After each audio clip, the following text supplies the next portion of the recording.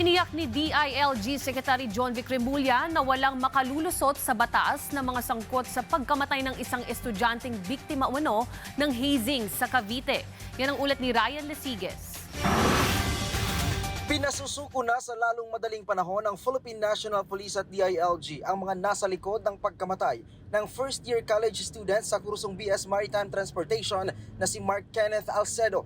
Ayon kay DILG Secretary John Vic Remulla, hindi katanggap-tanggap ang ginawa ng ilang miyembro ng Tau Gamma Phi sa Binatilyo. Tiniyak ng kalihim na walang makakalusot sa mga sangkot sa krimen. Huwag nyo nang intayin ng PNP ang makahanap sa inyo. It might get worse.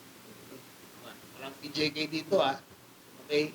Pero mas maganda na i-surrender nila kaysa habulin namin ang prison. Pinangalanan na ng DILG ang 14 sa 21 sospek na may kinalaman sa hazing. Karamihan sa mga ito ay nasa 18 hanggang 19 na taong gulang. They will be charged in court. Their names will be submitted. And warrants of arrest will be issued against them. Okay? Ngayon, uusap ako sa sinabi kong mga pangalan.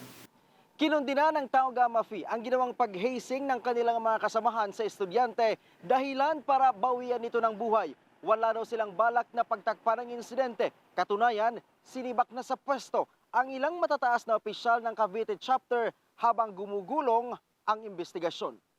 Matagal na aniyang hindi pinapatupad sa kanilang samahan ang marahas na initiation rights. We already explicitly told all our councils, all our chapters na we should and we will be abiding by the anti-hazing law. So, yun yung namin yun yung gusto namin na at least matigil yung hazing and again to I guess in a way, well not in a way but ang niyan is to prevent any more further deaths in the future.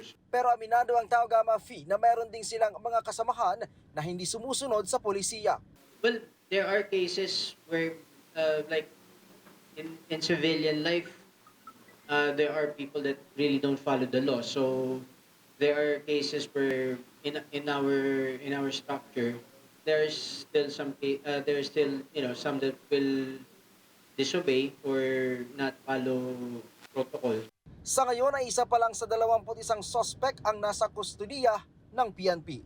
Ryan Lesiges para sa Pambansang TV sa Bagong Pilipinas.